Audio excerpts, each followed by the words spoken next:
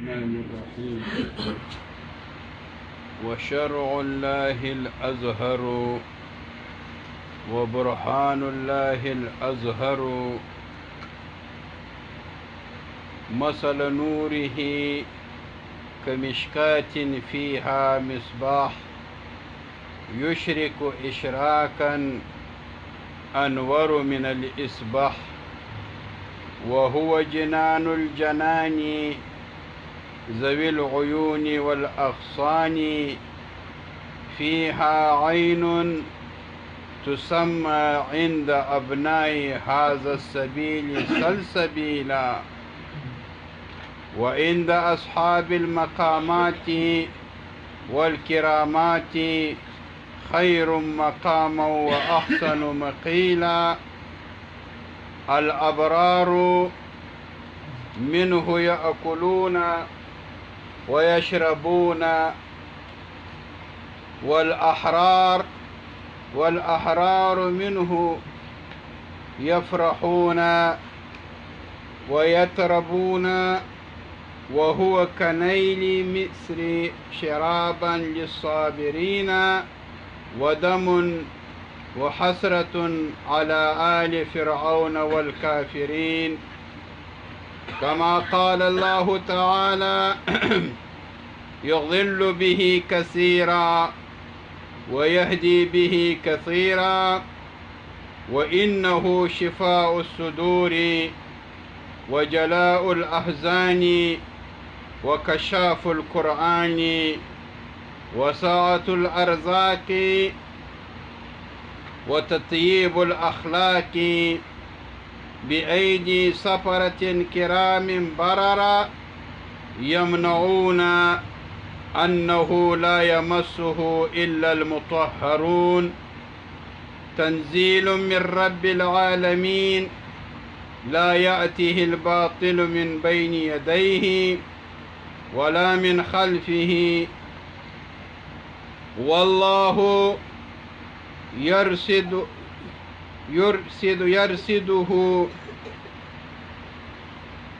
يرسده ويركبه فالله خير حافظا وهو أرحم الراحمين.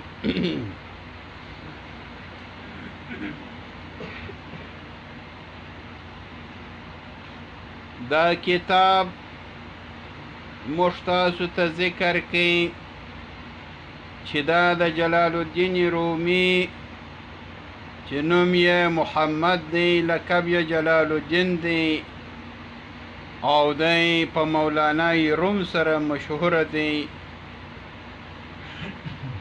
او مولانا او مولوی په منځ کې څه فرق دی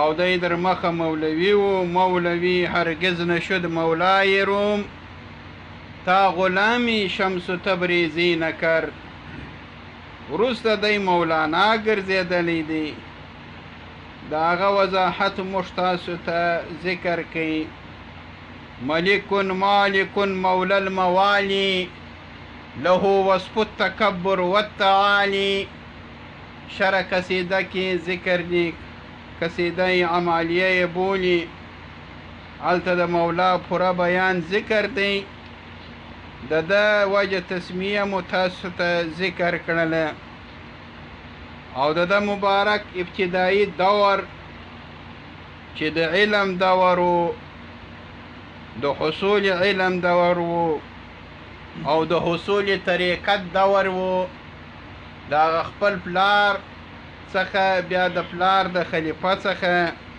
چې سید برهان الدین محقق ترموزي نومېدی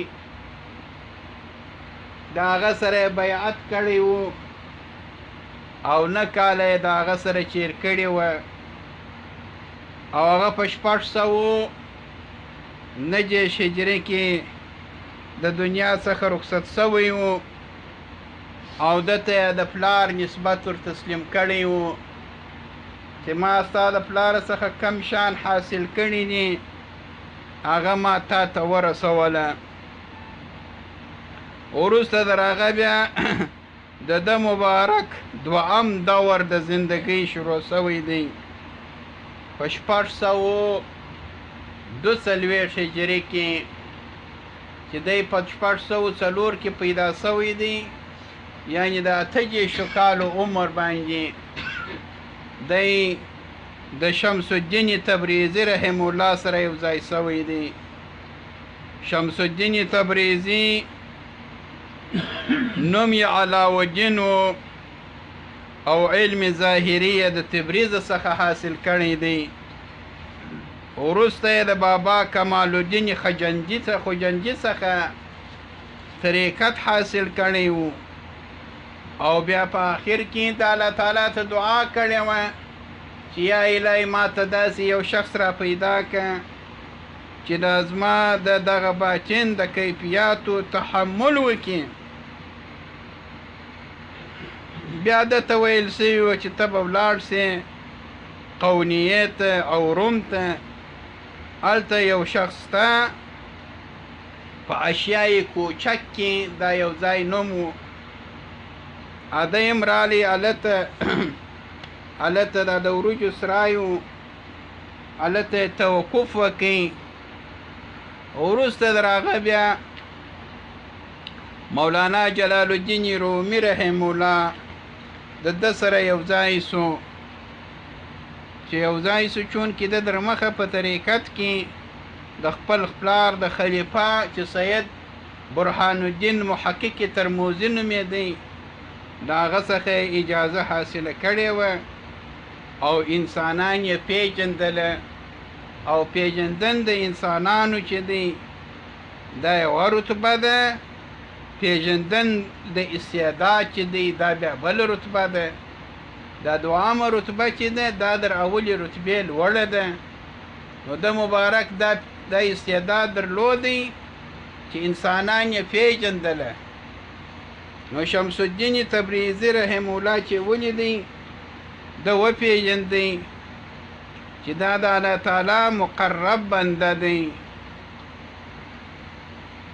نو ورته ویې ویل ورته خو داسې ښه شخص معلومیږي.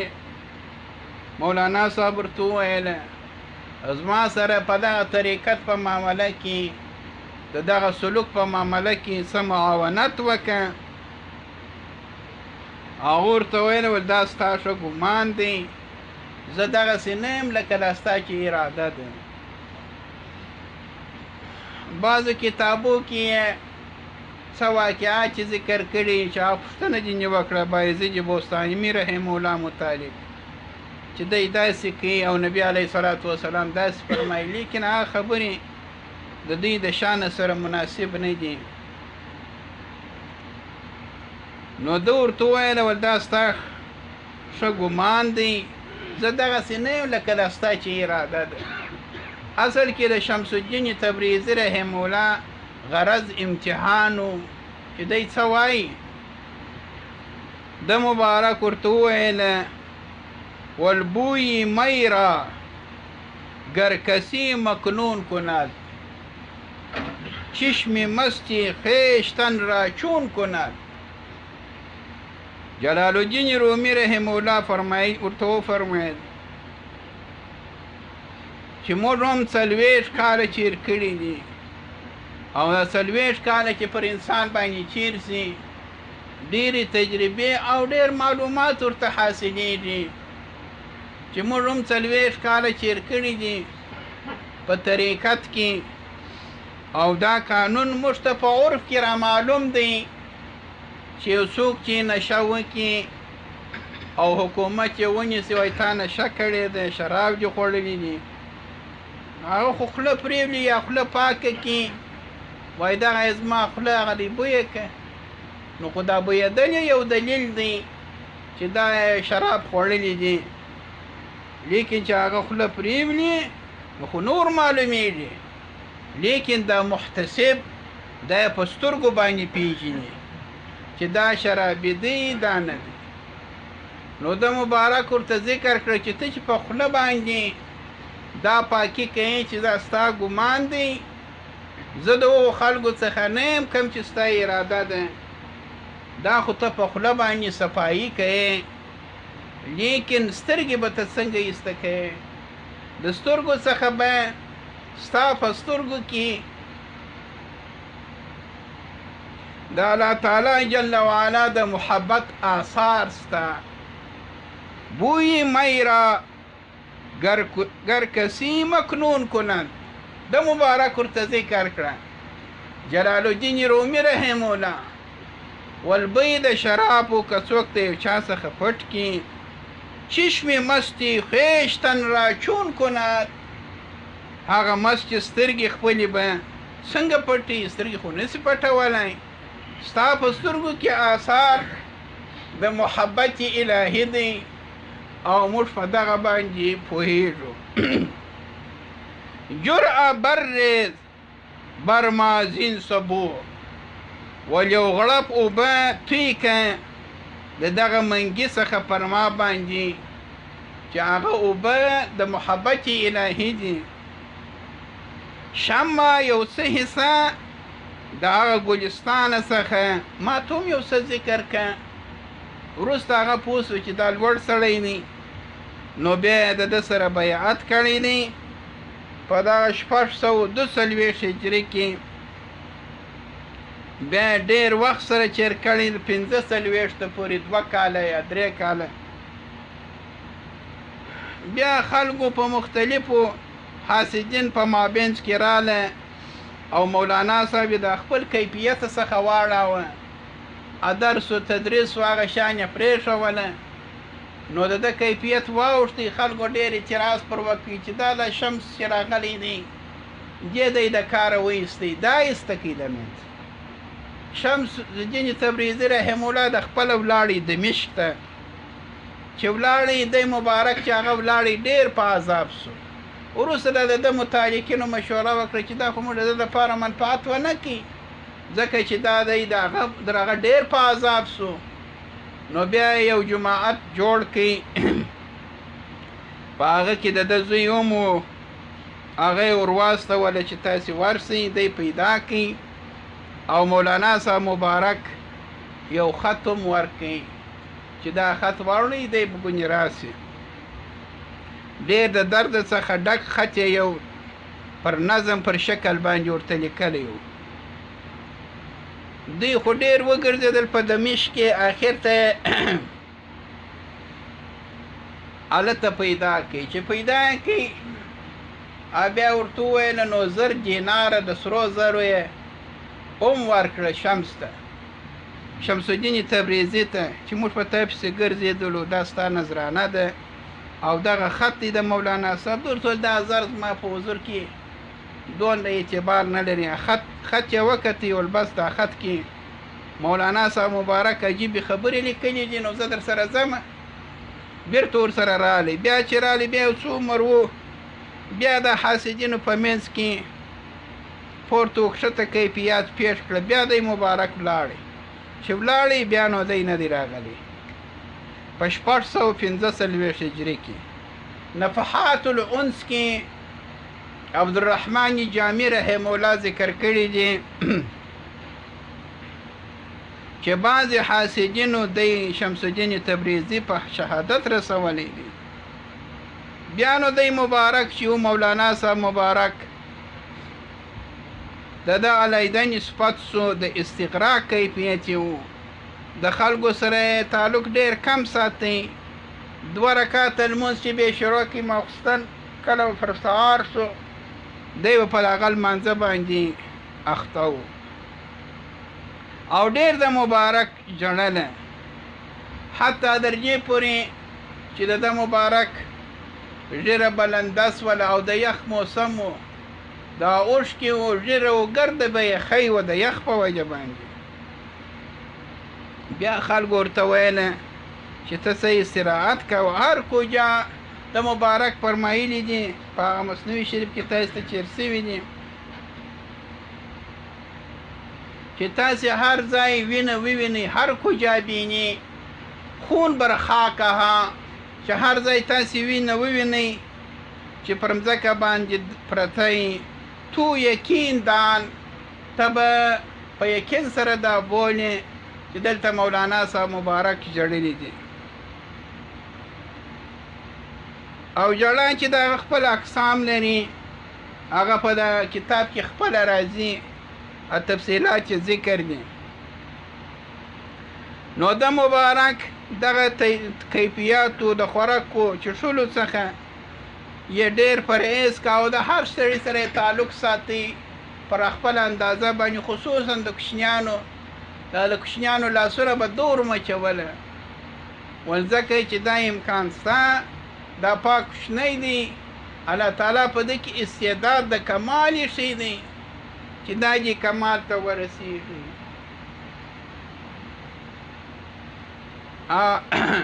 او وروسته به د هغه داسې کوچنیان وو چې ده ته بیا ویله ول ودرېږه زه درځم ستړی مه سې درسره کومه، هغه به یو شی خوړی یا بیا رانیوی، دی مبارک ورته ولاړو تر څو چې هغه کوچنی به ورته رالی، د هر یو څه چا به ورته وله یو شی راکه، هر شی چې د مبارک درلودی یو چا به ورکاوه.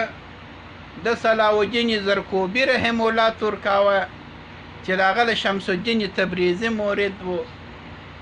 بعضې وایي چې د شیخ سید برهان الدین محقق ترموزي مورد و، هغه هم ډېر لوړ سړی و، ده به هغه ته ور استاوه، یا حسام الدین چلبي چې د ده خلیفه و هغه ته به ور استاوه.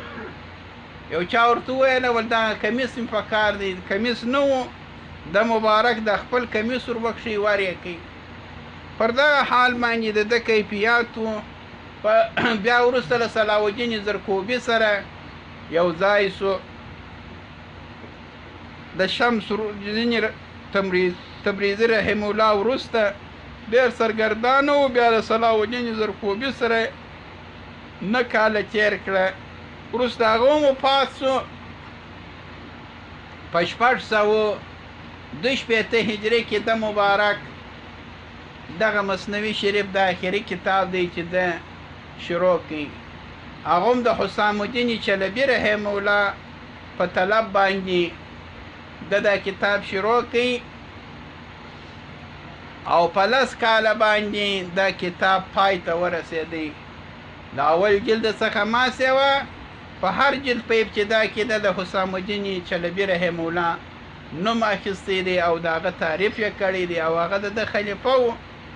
نو د هغه په تقاضا باندې حالانکې موږ تاسو در مخه ذکر کړه چې د نور کتابونه هم دي، یو فيه ما فيه دا د خطوط چې د لیکلي دي و نورو ته، او بل یو دیوان دی چې 50,000 اشعار باندې مشتمل دی، هغه د وختي لیکلي دي.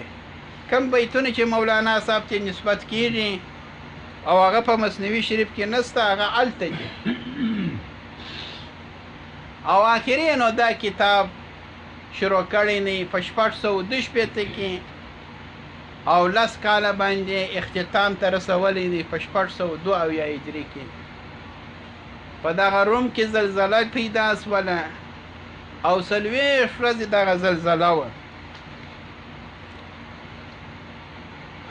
بیا د مبارک ذکر کړله چې مځکه چې ده وږې ده، دا یو چربه ګوله غواړي. نو دی مبارک په دې کې د الله تعالی خپل حکمتونه وه. بیا نو دی د دنیا ناجوړه سو یو څو ورځې، بیا ډېر خلک بې نهایت مخلوقات ورته راتلله، بیا دی وفات سو.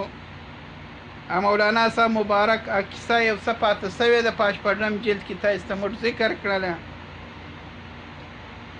بیا هغه کیسه د ذکر کړه چې دا کیسه به بیا یو داسې شخص وکړي چې هغه زندجانه دی. کم بیانات چې ما کوله هغه زما په زړه کې هغه پرده ولوېدله، لمر ولوېدی. زه خو نو نورې خبرې نه کوم په دې ژبه باندې. بیا بل شخص راځي هغه کیسه به پوره کړي چې مفتي اله بخش صاحب هغه تفصیل یې موږ تاسو ته وختي ذکر کوي. نو هغه کتاب آخري او یا صفي و، هغه بیا د مبارک ور پوره کړي چې مفتي اله بخش صاحب دی 1500 کاله بعد وروسته په خوب یې لیدلی و. مولانا صاحب ورته ویلي و چې دا کتاب پوره کړي. حاصل دا چې د مبارک تعلق د دغه کتاب سره چونکې بې نهایته ډېر دی، نو ځکه د دې برکات او د دې سره تعلق د ډېرو مخلوقاتو دی. ځکه چې د مبارک په جنازه کې عمرا او د هغه رقم عام خلک، مسکینان، پیسه‌دار، مسلمانان، حتی اهل کتاب هم د ده په جنازه کې شرکت کړی دی. د هغه رئیس درداوسه د اسلام څخه ما سوا هغه خلک چې په اسلام نه دي مشرف سوي، هغه هم د دغه کتاب مطالعه کوي او د دغه کتاب څخه هغه عقلي امور حاصلوي. نو د مبارک ذکر کړل چې دا کتاب مصنوي معنوي دی، دا اصول د اصول الدین دی. هغه تفصیل موږ تاسو ته ذکر کړي چې دا کم اصول دي چې دا د اصول الدین څخه دي، او د وصل او د یقین د خلاصوالي دپاره اسرار په دا کتاب کې ښکاره دي. بیا د مبارک ذکر کړی چې دا هغه د الله تعالی لویه فقه ده. فقه خو موږ هم ویلې د دی مبارک خو عالم و چې فقه چې د چیش ته وایي، لغوي اصطلاحي د هغه تعریفات موږ تاسو ته ذکر کړله. لیکن اصلي فقه هغه دی چې حسن بصري صاحب فرمایي او امام رباني صاحب مبارک فرمایلی دي او جلال الدین رومي صاحب فرمایي چې فقه هغه شخص دی. حاصل و خلاصه دا وه چې فقه هغه شخص دی چې دی خپل علم سره د عمل کې او په عمل کې دی اخلاص ته ځان ورسوي، دغه ته فقه حقیقي وایي. دا هغه علما دي چې د دوی صحبت چې دی کبریت احمر دی. امام رباني صاحب مبارک فرمایي چې واصلین علما دي، دغه فقها دي. حسن بصري صاحب مبارک هم فرمایلی دي چې فقه خو هغه ته وایي چې د دنیا څخه بې رغبت دی، المعرض د دنیا څخه اعراض کوي، الراغب الى الاخره، البصیر بعیوب نفسه، دغه ته فقه وایي چې دی پر خپلو عیوبو باندې نظري، نه دا چې د نور عیوب لټوي، دی داسې وکړه هغه داسې، دنیا څخه بې رغبت دی، آخرت یې پامي، دغه ته فقه حقیقي وایي. او دا نور فقها چې دي خو دي پر خپل ځای. نو د مبارک دا ذکر کړله. او دا کتاب چې دی دا شرح اظهر ده، ظاهر د الله تعالی شریعت دا دی. شریعت هغه قانون ته وایي د الله تعالی چې د انبیاء کرامو په اقوالو باندې مخلوق ته بیان سوی، چې مخلوق د مخلوق څخه پرې کوي و خالق ته متوجه کوي، دغه قانون ته شریعت مقدسه وایي. دا نو علم دی، عمل دی، اخلاص دی. امام رباني صاحب یا تفصیلات ذکر کړي دي. نو دغه کتاب چې دی دا د خپله دا شرح اظهر ده د الله تعالی، هغه واضح شرع ده. واضح شرع دا ده چې د شریعت مغز دلته پروت دی، چې اخلاص دی او حاصل شي د الله لله دین الخالص. د الله تعالی په نیز هغه دین معتبر دی چې خالص دین وي، خالص د الله تعالی د پاره. دغه وضاحت دغه اصل شریعت دی. و برهان الله الاظهر، او دا دلیل دی. برهان انی لمی، برهان خو ډېر اقسام لري. برهان دلیل ته وایي. وایي د الله تعالی ظاهر دلیل دی چې د الله تعالی وحدانیت پشکې بیانېږي، هغه دغه کتاب دی. برهان دی، دا دلیل دی پر څه شي باندې؟ د الله تعالی پر وحدانیت باندې، او دا ډېر ظاهر دلیل دی. مثال دې داسې دی، دا د آیات شریف څخه اقتباس کړی دی. مثال نوره، مثال د نور د دې کتاب داسې دی لکه هغه تاخچه چې په هغه کې څراغ وي. نو څراغ وي څه معنا؟ یشرکو اشراکن، چې روښانه کوي، په روښانه کولو سره عالم روښانه کوي. لیکن انورو دا ډېر روښانه دی دا څراغ د مصنوي شریف. من الاصباح، در سهار، در سهار چې روښنایي کوي، خو لمر روښنایي کوي. نو لمر خو چې روښنایي سهار شروع کړه، خو مازدیګر ته بالا خلاصه سوله. د دا کتاب روښنایي چې ده دا نه خلاصېږي. وهو جنان الجنان، وهو جنان، دا باغچې دي د زړو باغچه ده د انسان په وجود کې، د ده په زړه کې دغه مصنوي شریف باغچه جوړوي، باغچه ورته ښکاره کوي او د باغچې د جوړېدلو اسباب درته ښکاره کوي. دا ټوله د مصنوي شریف نمونه دي. هو فقه الله الاکبر، شرح الله الازهر، برهان الله الازهر، وهو جنان الجنان، دا نومان دي. ذوي العیون والاغصان، دا د زړه باغچې دي چې هغه خاوندان دا باغچې د څه شي دي؟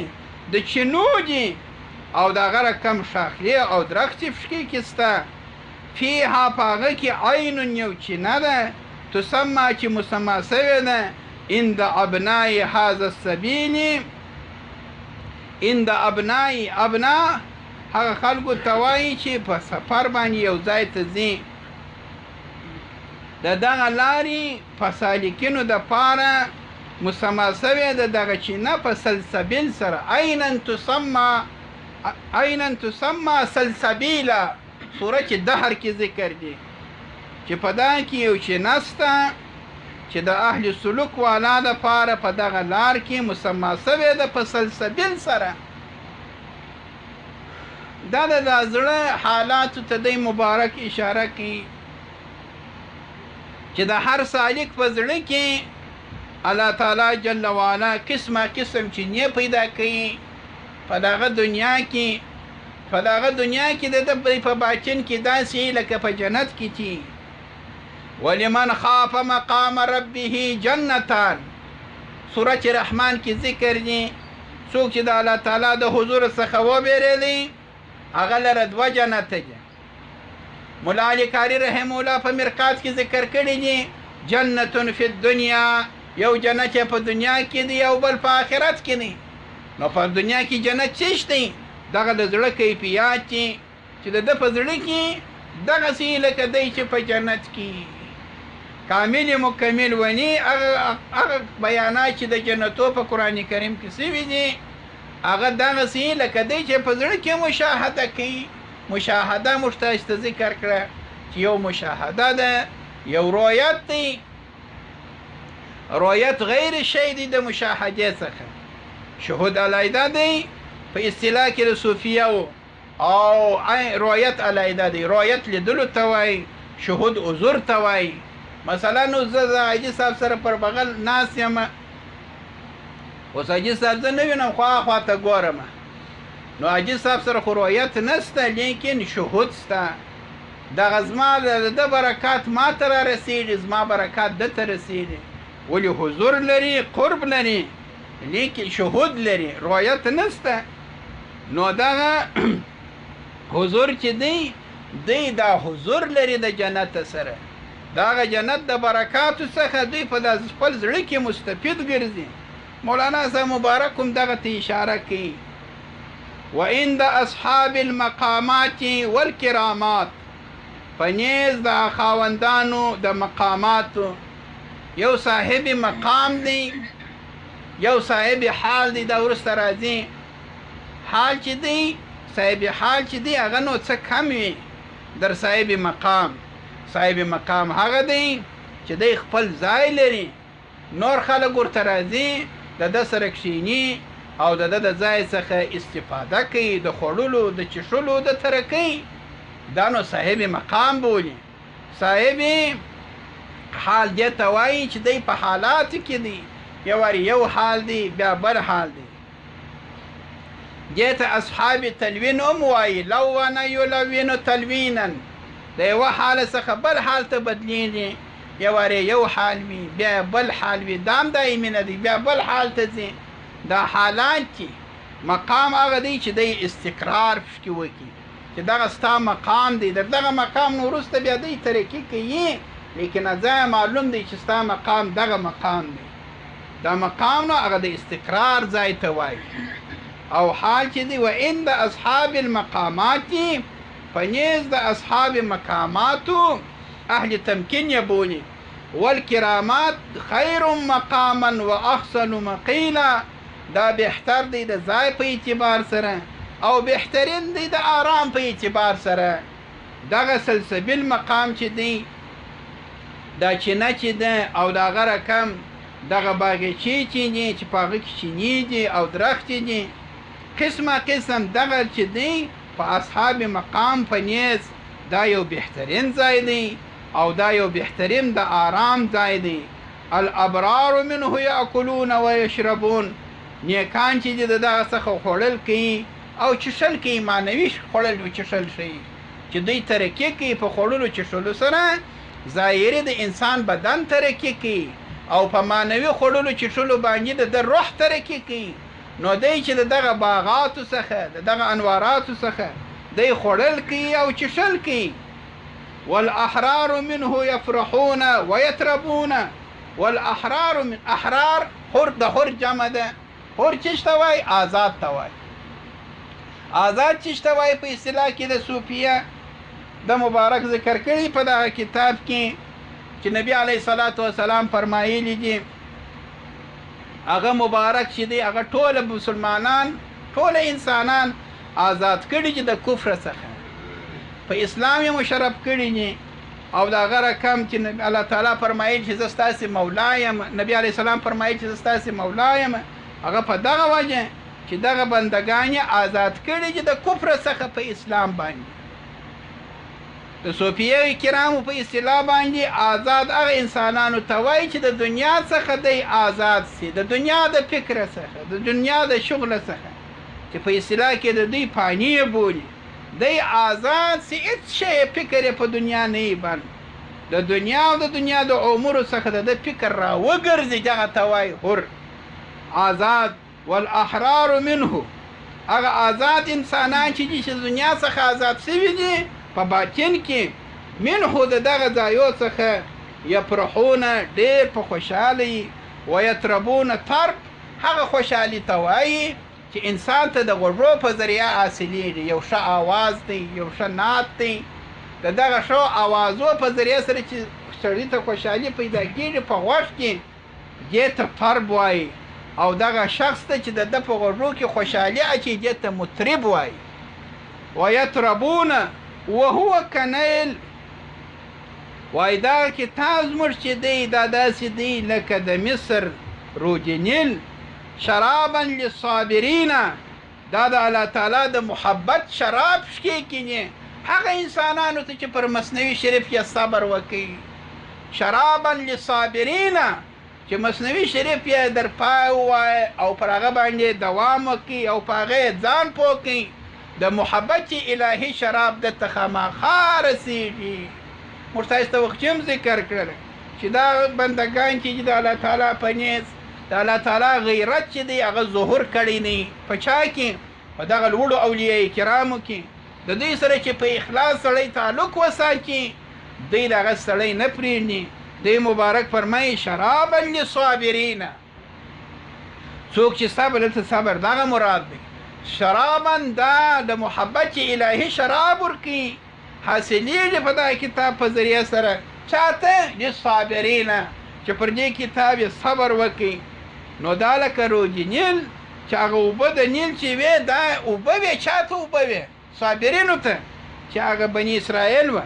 ودم او وینه وه، وحسرت حسرت و پر آل باندې د فرعون او د کافرینو لره او آل فرعون لره د هغه اوبه چې وې حسرت د زما خبرې چې نه دا د کفارو دپاره او د محرومینو دپاره یو حسرت دی، یا وینه ده د کفارو دپاره وینه ده، د مؤمنانو چې د اولیاء کرامو څخه اعراض لري حسرت دی د زما خبرې.